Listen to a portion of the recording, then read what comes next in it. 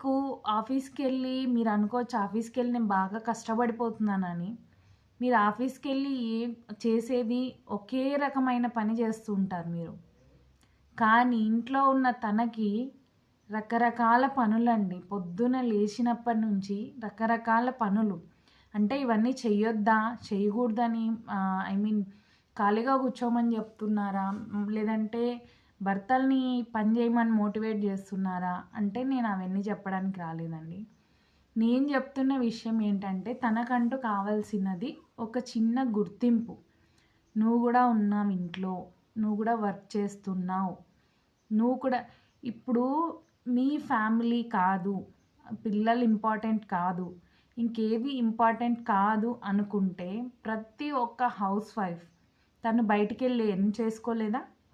తను ఒక్కదాని కోసం ఫుడ్ సంపాదించుకోలేదా? లేదంటే ఇంటిల్లిపాదికి తను వర్క్ చేసి పెట్టలేదనుకుంటున్నారా? అలా కాదు. తనకెంత మంచి టాలెంట్ ఉన్నా, ఎడ్యుకేషన్ ఉన్నా మేబీ ఏమీ లేదనుకోండి, ఎడ్యుకేషనే లేదనుకోండి, 4 ఇళ్లల్లో నీ దగ్గర చేసే పని 4 ఇళ్లలో చేస్తే తనకివ్వరంటారా అమౌంటు? హ్మ్.